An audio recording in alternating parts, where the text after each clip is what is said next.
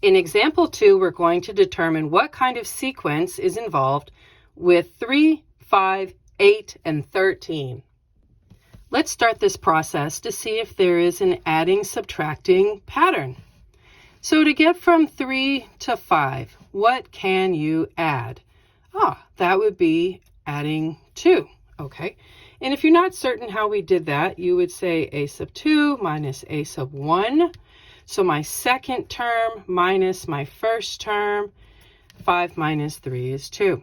All right, so now let's test to see if this pattern of adding 2 works to get to the next step.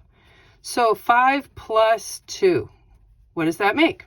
That makes 7, which is not equal to 8. So therefore, we know this is not arithmetic, and truthfully, we also know this is not both. So let's see if there is a multiplying geometric pattern to get from step to step.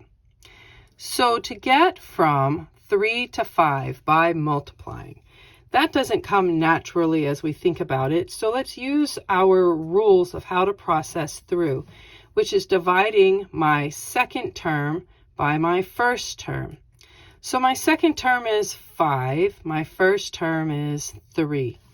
And this does not reduce, like it does not. So we would multiply 3 by 5/3 to get us to a solid 5.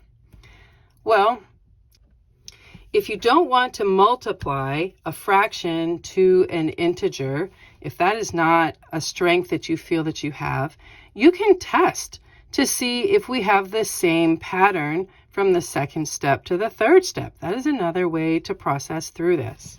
So we might say the third term divided by the second term and see what we get. So that would be 8 divided by 5. And does that reduce? No, it does not. So we see here, to get from 5 to 8, you would have to multiply by 8/5. So the question we would then have to address is, are these two fractions the same? Because the pattern has to be the same. And the answer is no.